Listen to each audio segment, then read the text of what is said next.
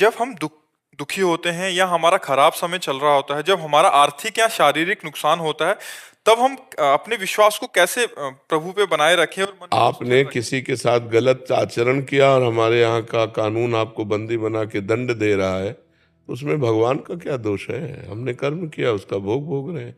ऐसे ही अनेक जन्मों से हमारे कर्म होते चले आ रहे हैं, तो उसमें भगवान का विश्वास अविश्वास थोड़ी, हम वो तो विधान है, वो तो कानून है। तो ऐसे कानून, भगवान भी कानून के अंतर्गत है। जो भगवान ने कानून बना दिया, उस कानून के अंतर्गत भगवान भी है। जैसे राष्ट्रपति हो या प्रधानमंत्री हो, हमारे भारतीय संविधान के विरुद्ध आचरण बन जाए तो उनको भी जेल जाना पड़ेगा, नहीं जाना पड़ेगा? तो ऐसे भी भगवान ने व्याध की तरह छुपकर बाली को मारा, तो कृष्णावतार में अंतिम समय व्याध ने भगवान के चरण में बाण मारा। कानून के बाहर नहीं है, जो कानून बना दिया उसके अंतर्गत है। तो हमारे लोगों के जन्म जन्मांतरों के पाप हैं, जो हमें दुख, विपत्ति, संकट और हमारी जो उन्नति है उसमें वो बाधा पहुंचाते हैं। उन्हीं के नष्ट करने के लिए तो हम प्रार्थना करते हैं कि नाम जप करो, अच्छे कर्म करो, दूसरों को सुख पहुंचाओ, जिससे तुम्हारे पाप कर्म तुम्हें परास्त न कर पावे। अब भजन करोगे नहीं, अब जैसे बहुत से लोग हैं मुर्गा बकरा मांस खाते हैं, शराब पीते हैं, पराई माता बहनों से व्यभिचार करते हैं, और जब उनको संकट आता है तो भगवान को कोसते हैं।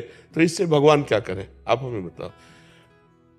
तुम्हें खेती दे दी गई, बीज दे दिए गए, अब बम्बुल बो कि दाग छुहारा बो, ये तुम्हारी बुद्धि की बात है।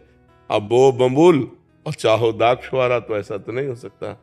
ऐसे ही करो कर्म असत पाप कर्म और फल चाहो सुख, तो ऐसा नहीं हो सकता। अच्छे कर्म का फल अच्छा होता है, बुरे कर्म का फल बुरा होता है। वो बुरा कई रूप धारण कर लेता है, कभी अपमान रूप धारण कर लेता है, कभी असफलता रूप धारण कर लेता है, कभी विपत्ति रूप धारण कर लेता है, कभी विनाश रूप भी धारण कर लेता है।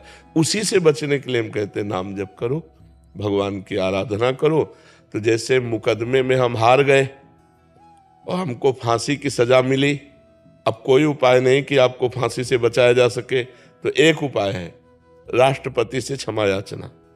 तो ऐसे हमारे भगवान हैं, अगर हम भगवान से क्षमा याचना करें तो हमसे माना कि गलतियां हो गई, हमारा बिल्कुल पक्का अपराध है, हमें भोगना भी पड़ेगा, लेकिन भगवान चाहे तो क्षमा कर सकते हैं ना। तो उन्होंने कहा आम तो आम सर्व पापेभ्यो मोक्षयिष्यामि मा शुचा, मैं तुम्हें समस्त पापों से मुक्त करके पवित्र कर दूंगा। तो हम भगवान की शरण में जाए, कुछ न कुछ हमसे पाप बनते रहते हैं, तो वो पाप हमें सता न पावे, हमें दुख न दे पावे, आगे हमसे पाप न बन पावे, ऐसी हमारी बुद्धि शुद्ध रहे। इसलिए हमें भगवान की शरण में जाना चाहिए, भगवान का नाम जप करना चाहिए और दूसरों का परोपकार करना चाहिए। परोपकार से हृदय बहुत जल्दी पवित्र होता है। अगर हम पशु पक्षी का भी परोपकार करने लगे तो हमारा हृदय बहुत जल्दी पवित्र हो जाएगा, निष्पाप हो जाएगा। समझ पा रहे हैं आप? इसमें भगवान को कोसने की जरूरत क्या है? भगवान का आपसे कोई दुश्मनी है क्या? बस ऐसे एक ना बीच में थोड़ा सा वो नहीं, तो आप अपने को कोसिए, भगवान को क्यों कोसते हैं? आप अपने को कोसेंगे तो अच्छे बन जाएंगे कि यार मेरे से ही कोई गलती हो गई है, अभी नहीं सही तो पूर्व जन्म में कोई न कोई पाप बना है जिसका दंड मुझे भोगना पड़ रहा है, चलो भोग लेते हैं, आगे तो गलती नहीं करेंगे। तो एक आत्मबल मिलेगा। आप पवित्र और भगवान को कोसोगे तो भगवान को आप कुछ भी करो तो भगवान तक पहुंच पाएगा क्या? वो तो बहुत महान है, बहुत महान। देखो पूरे अनंत ब्रह्मांडों का सृजन करके सबके अंदर खेल रहा है, वो चींटी के अंदर भी आराम से सो रहा है और समस्त ब्रह्मांडों को अपने एक रोमकूप में रखता है।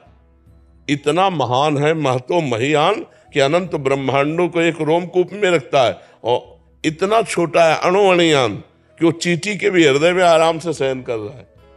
ऐसा वो महान परमात्मा है, अणुअणियान महतो महियान। यो माम पश्यति सर्वत्र सर्वम च मयि पश्यति तस्याहम न प्रणश्यामि सच में न प्रणश्यति। जो सर्वत्र श्री भगवान को देखता है, सबको श्री भगवान में देखता है, वही वास्तविक देखता है। सर्वत्र भगवान सबके हृदय में और सब भगवान के हृदय में वास करते हैं। ऐसे भगवान को हम भला कोस करके क्या प्राप्त कर लेंगे? इसलिए उनकी शरण में जाएं, उनका नाम जप करें और अपने को कोसें कि हमसे कोई गलती हो गई है जिसका परिणाम मुझे दंड रूप में